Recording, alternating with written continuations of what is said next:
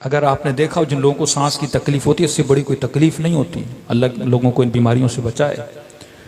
सांस का उखड़ना, सांस का अंदर न जाना, इससे बड़ी तकलीफ नहीं है। ये खुद जहन्नुम बन जाती है इंसान के लिए। तो फरमाया 60-70 साल खुद को कंप्लीट कर, दूसरा इंतकाल तेरा कहां पर है? आखिरत की तरफ है। तीसरा दिन, अहम तरीन दिन तुम्हारी जिंदगी का, फरमाया यौम उबअसु हय्या, जब कयामत के दिन तुझे उठाया जाएगा। 2 दिनों के सर्टिफिकेट तो हम लेकर जाते हैं, बर्थ सर्टिफिकेट, डेथ सर्टिफिकेट तो यहां मिल जाता है। तीसरा सर्टिफिकेट कोई नहीं लेता, और वो है जब तुझे मबऊस किया जाएगा। इमाम रज़ा फरमाते हैं वो तीसरा दिन जिंदगी का अहम तरीन दिन है, फाइनल तरीन दिन है, और इन दोनों दिनों का दारो मदार ये दुनिया की जिंदगी है। तभी अमीरुल मोमिनीन से किसी ने कहा, मौला अगर आपको ये बोला जाए दुनिया की जिंदगी का 1 घंटा दें और आपको आखिरत की जिंदगी की 1000 घंटे दिए जाते हैं, मौला आप देने के लिए तैयार होंगे? अमीरुल मोमिनीन फरमाते अगर करोड़ घंटे भी आखिरत के मिले, अली दुनिया का 1 घंटा नहीं देगा। कब मौला दुनिया का 1 घंटा नहीं देंगे? फरमाया नहीं दूंगा। मौला क्यों नहीं देंगे? फरमाया यही दुनिया का 1 घंटा है जो आखिरत के करोड़ों घंटों को बनाता है।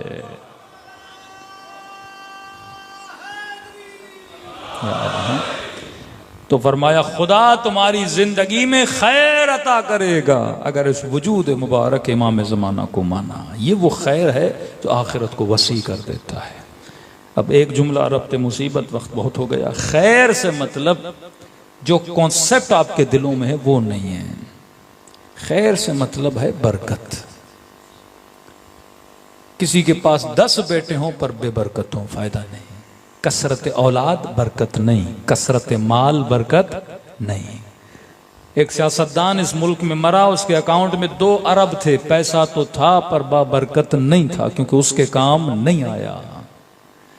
माल वो जो आखिरत में तेरे काम आए, औलाद वो जो आखिरत में तेरे काम आए, बदन वो जो आखिरत में तेरे काम आए, ये बदन बाबरकत है। इससे तुमने नमाजें पढ़ी, बाबरकत है।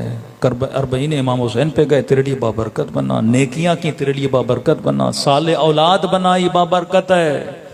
बच्चा यजीद जैसा हो, बरकत वाला है या बेबरकत मलून है? फरमाया दुआ करो, आए खुदा जितनी जिंदगी दे पर जिंदगी बाबरकत देना। किसी को 90 साल जिंदगी मिले बेबरकत, और हुसैन के असगर को 6 महीने जिंदगी मिली, लेकिन जिंदगी बाबरकत। अब कहा मौला ये बरकत वो है जो तेरा रिज्क है। माल को रिज्क न समझा करो, वो माल है। आप सुफरे पे बैठे, बहुत सारा खाना लगा था, कहा ये सारा माल है। कहा मौला रिज्क क्या है? कहा तू जितना खाता है वो तेरा रिज्क है। दाने दाने पे लिखा है खाने वाले का नाम, जो तू खाएगा वो तेरा क्या है? रिज्क है। बाकी सारा माल है। अकाउंट में 1 करोड़ पड़ा है, जितने रुपये तू अपनी जात पे खर्च करता है वो तेरा रिज्क है, बाकी माल है। 1000 गज का घर है, मौला क्या मेरा रिज्क है कि नहीं? का ये सारा माल है। मौला रिज्क क्या है? का जितनी जमीन पे रात को सोता है वो तेरा रिज्क है। इसी डीएचए में चले जाएं, बड़े बड़े बेंगलो पड़े हैं, मालिक नहीं, नौकरों का रिज्क बना हुआ है। मालिक कोई अमेरिका बैठा है, कोई कनाडा बैठा है, बीमारियों में वहीं बैठे हैं, घर किसी और का रिज्क बने हुए हैं। अब कहा कि मौला अपने माल को अगर रिज्क बनाऊं तो क्या करूं? अली की सीरत पे चल। कैसे? कहा 1 रोटी तेरा रिज्क था, घर में है 10 रोटियां, खाएगा तू 1। शुगर के मरीजों की मिसाल बड़ी अच्छी देता हूं। अल्लाह ने रिज्क रखा था पूरी जिंदगी में 100 किलो चीनी खाएगा, इसने जल्दी जल्दी करके खा ली, शुगर का बीमार हो गया। डॉक्टर ने कहा अब खाओगे तो मरोगे। अब चीनी पड़ी है, खा नहीं सकता क्योंकि इसका रिज्क नहीं है, माल है। अब का मौला माल को फरमाया जो तेरे नसीब में तू खा, जो तेरे नसीब में नहीं उसे दे जिसके पास नहीं।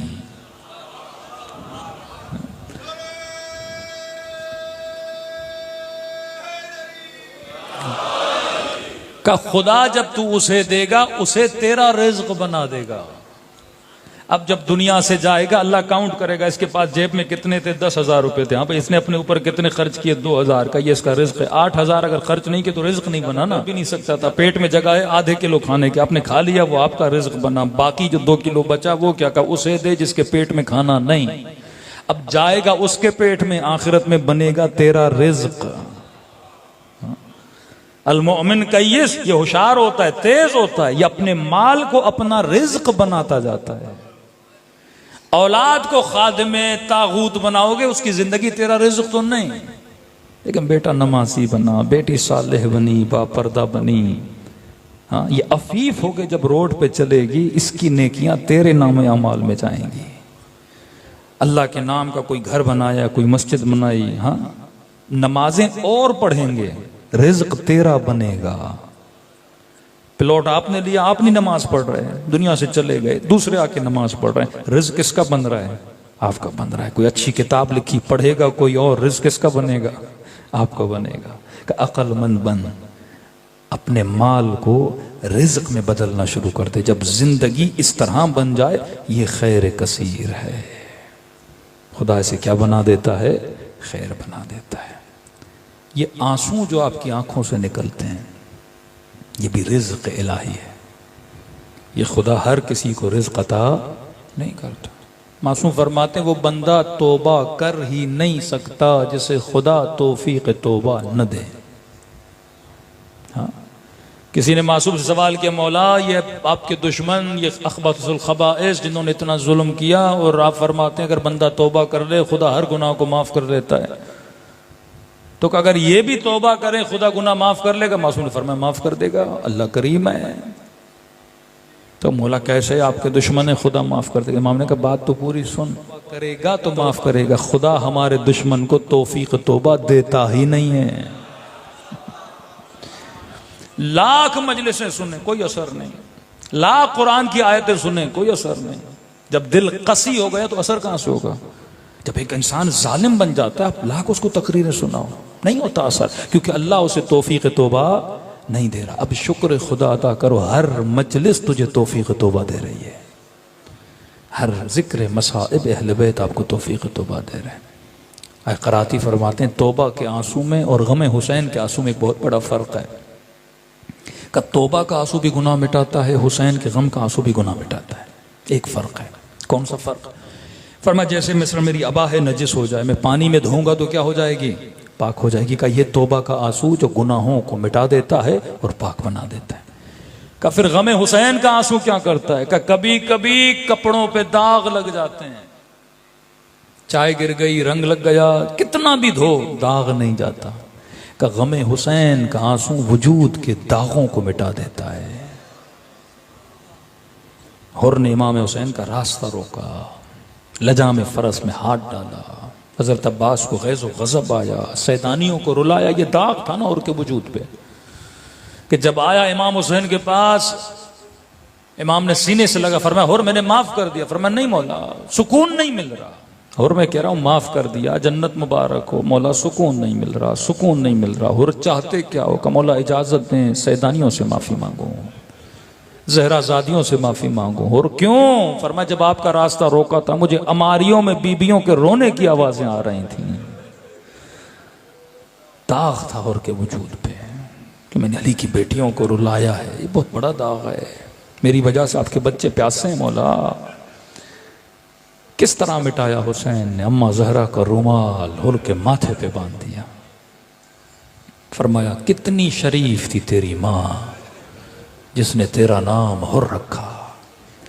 ये दागों को मिटाने का फर्श है मेरे अजीज। कितना भी बड़ा गुनहगार हो, कोई लिमिट नहीं है।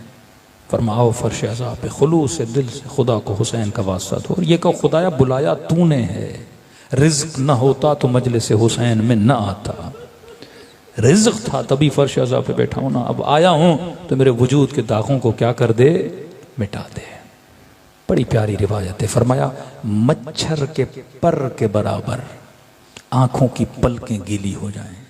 हाँ, खुदा कहेगा कयामत में इसे रोको, जहन्नुम में न भेजो। इतना रोया था, इतना इतना, मच्छर के पर के बराबर खुलूस से। वो कसरत को नहीं देखता, वो खुलूस से किल्लत को भी काउंट करता है। मिस्काल ज़र्रतिन खैरन यरह, जर्रा भी खैर का करोगे अल्लाह की दरबार में काउंटेबल है। दिलों को करबला ले जाएं। सलाम करें उन हस्तियों पे जिन्होंने अपना सब कुछ राह खुदा में लुटा दिया। और उन शहादतों का नतीजा और बरकतें ये थीं कि आज 1400 साल गुजर गए, हुसैन ने अपने फ़र्श के नतीजे में कितनों को जन्नत में भेजा है। फ़र्श ऐसा एक पाइपलाइन है जो सीधी कहाँ जाती है, इंसान को जन्नत तक लेकर जाती है। फरमाया ऐसे सलाम करो मेरे बाबा को, टूटे हुए दिल के साथ, तसव्वुर जहन में रख के कि मोमिन आज तू सलाम कर रहा है, तू प्यासा नहीं है, तू भूखा नहीं है, आज तू गिरिया करता है, खुल के गिरिया करता है। लेकिन करबला में एक बच्ची थी, बाबा बाबा करती थी, कोई तमाचे मारता था, रोने तक नहीं देते थे आले रसूल को। हमारे किसी तालिब इल्म ने रिसर्च की कि करबला से पैदल अगर सफ़र किया जाए शाम तक तो कितना टाइम लगता है। कहता मैंने काउंट किया, लेकिन आले हरम और आले रसूल बहुत जल्दी पहुंचे हैं शाम। कहता मुझे समझ नहीं आता जालिमों ने कितना तेज दौड़ाया आले रसूल को। माएँ बहनें बच्चियाँ, कि मौला फरमाते कितने बच्चे इस रास्ते में ऊँटों से गिरते थे। जब किसी जगह पे काफिले को रोका जाता था, एजाज इमामत से फिर वापस जाते थे, कहते एक एक बच्चे को उठाता था और उस रास्ते में दफन करता हुआ जाता था। ये सारी मेहनतें जहमतें आपकी नस्लों के लिए हैं। अब इस तरह सलाम करो जिस तरह इमाम को सलाम करने का हक है। अस्सलाम अलैहि हुसैन व अला अली इब्न हुसैन व अला औलाद व अला असहाब, सब मिलके अस्सलाम अला व अला अली इब्न हुसैन व अला औलाद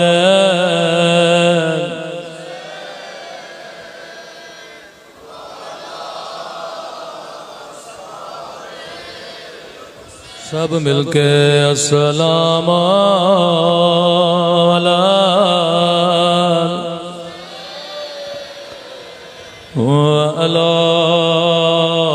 अली इब्न हुसैन व अला औलाद व अला असहाब। मेरा सलाम हो ज़ैनब की लुटी हुई चादर पे,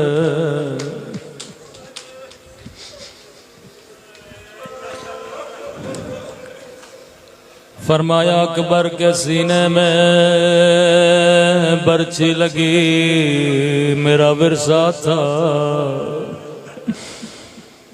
अली असगर के गले में तीर लगा, मेरा विरसा था। चचा बाज के बाजू कटे, मेरा विरसा था। लेकिन ऐ पूछने वाले तूने इंसाफ न किया, क्या माओ बहनों के साथ बाजारों में जाना, क्या 8-8 घंटे शराबी की दरबार में खड़ा होना, क्या ये भी सजाद का विरसा था। इतने जख्म मिले, वुजू करते थे, पानी पे निगाह पड़ी, रो पड़ते थे। किसी जवा की शादी में गए, हाय मेरा अकबर,